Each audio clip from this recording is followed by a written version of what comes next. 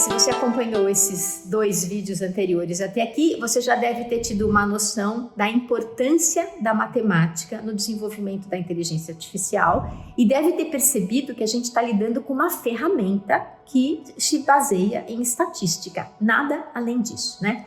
Então, quais são os perigos aí que têm sido discutidos recentemente com relação à utilização dessa ferramenta? A primeira coisa é que as IAs são treinadas para desenvolver tarefas específicas. Então, cada IA, eu tenho ali uma IA, eu tenho um prompt, né, que é a pergunta, eu faço uma pergunta, ela foi treinada com dados para desenvolver aquilo. Por exemplo, reconhecimento facial. Eu tenho uma outra IA que foi treinada, por exemplo, para desenvolver modelos específicos que vão descrever matéria nuclear, por exemplo, e assim por diante. A gente vai se deparar, de fato, com um problema sério se a gente caminhar para ter IAs super inteligentes, isso é, IAs que possam desenvolver todas as tarefas até agora já desenvolvidas por seres humanos distintos. Estaremos preparados para lidar com esse tipo de inteligência artificial ou com superinteligência? Provavelmente não. E uma coisa que tem se mostrado essencial até agora é a curadoria humana. Quem nunca se irritou com atendimento num chatbot ou quis tentar reclamar de alguma coisa na sua conta de celular e foi colocada numa maquininha que não entende o que você fala, né? Então, a curadoria humana tem se mostrado fundamental em todas as etapas de processos que utilizam IA. Em algum momento, ela é necessária. Se a gente tiver IA super inteligente, será que a curadoria vai ser uma outra IA? Estaremos em maus lençóis, né?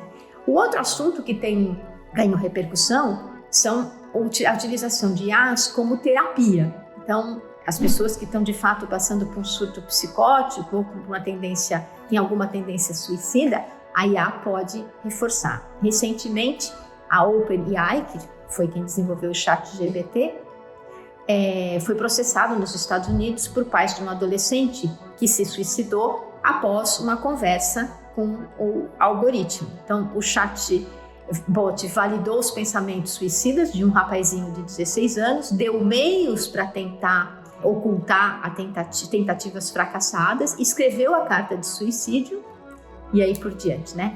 Então, é algo que precisa ser muito controlado. E o uso indiscriminado, né?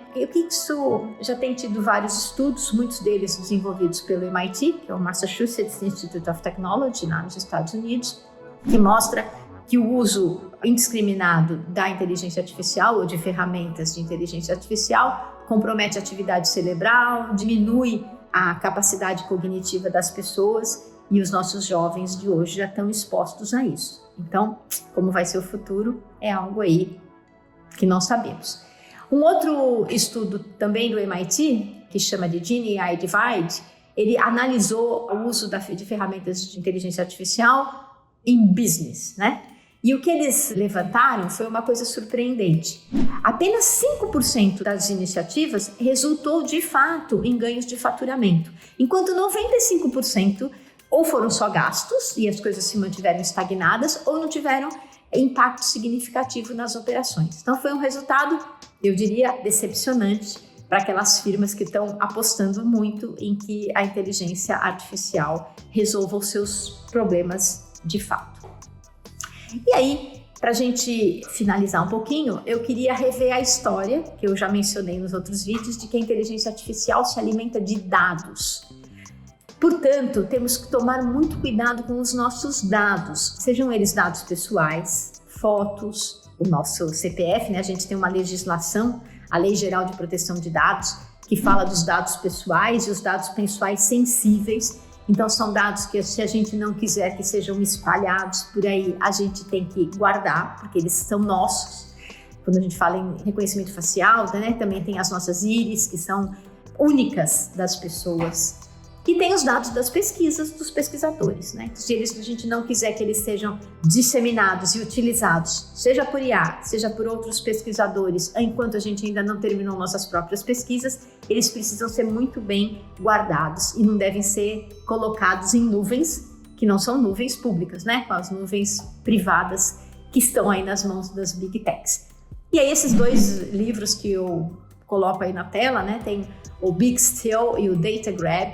São 2 interessantes livros para a gente perceber o que é que pode ser feito com os dados que são compartilhados na internet, mesmo que sejam em contas que a gente imagina que sejam contas privadas, né? Nada é tão privado porque essas contas estão nas mãos de proprietários privados. Então, só para fechar esse assunto, eu queria relembrar de novo 2 dos vídeos aqui que foram mencionados, né? Que já foram feitos nesse canal.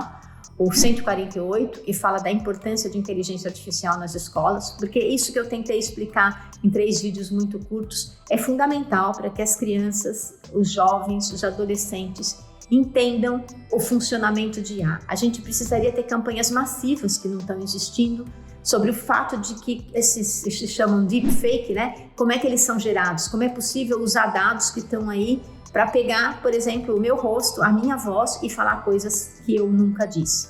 Spoofing, né, que é uma coisa que é muito utilizada para fazer hiperpersuasão. Então, quando são criados dados falsos, por exemplo, apenas em áudio. Então, muitas pessoas recebem telefonemas acreditando que estão falando com uma pessoa, porque a voz é daquela pessoa, mas na verdade elas estão falando com algo criado por inteligência artificial.